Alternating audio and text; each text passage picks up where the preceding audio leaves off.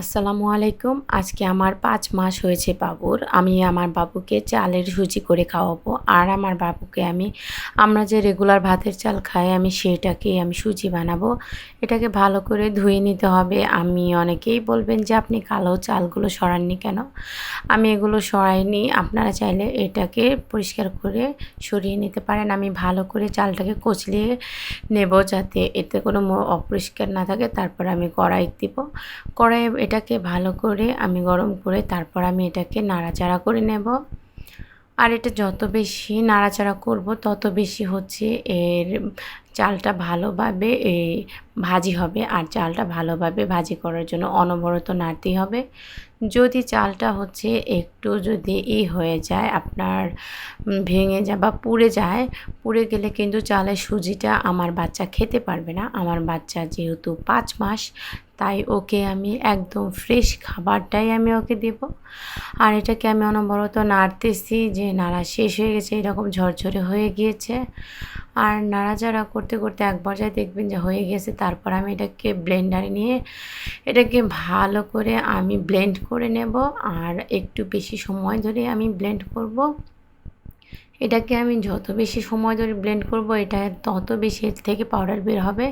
তারপর একটা বালতিতে নিয়ে ছাঁকনি নিয়ে আমি এটাকে সুন্দর করে ছেঁকে নেব। আর ছাঁকা হয়ে গেলে আর দেখুন এটা সুজিটা অনেক সুন্দর করে বের হয়ে যাবে। আমি এখানে আর কিছু দেব না। ছোট একটা পাতিলে আমি একটু পানি নিয়েছি, যেহেতু আমার ৫ মাসের বেবি। আমি অনেক বানাবো না, অল্প করে বানাবো। আর এখানে ১ চামচ দিয়েছি বা ২ চামচ দিয়ে আমি এটাকে অনবরত নাড়বো। আর এটাকে যত বেশি নাড়াচাড়া করব এটা ঘনত্বটা বেশি হবে না, আর এটা দলা পেকে যাবে না। দলা পেকে যাওয়ার আগে আমি এইটা যে আমার বাচ্চা খাবে একদম তরল, যেহেতু ৫ মাস ওকে তরলেই খাবার দিতে হবে, বুকে দুধ খায়। এর জন্য আমি এটাকে অনবরত নাড়বো। ঘনটা হবে কীরকম আপনারা দেখতেই পাচ্ছেন।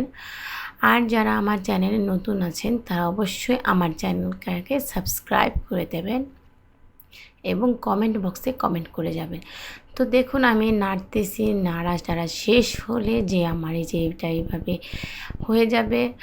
আর আমার এটা যখন এরকম স্ট্রাকচারে চলে আসবে তখন আমাকে এটা নামিয়ে নেব।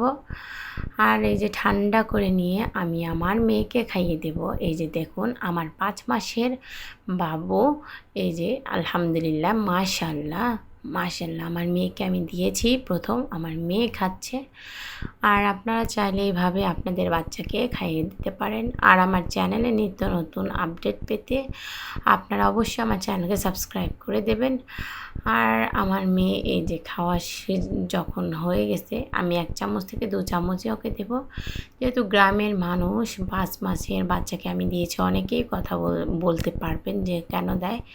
গ্রামের মানুষরাই এরকম। আর ডক্টর বলেছে না দিতে, কিন্তু আমার মন চাইলো না, দিই দেখি আমার মেয়ে খায় কি না।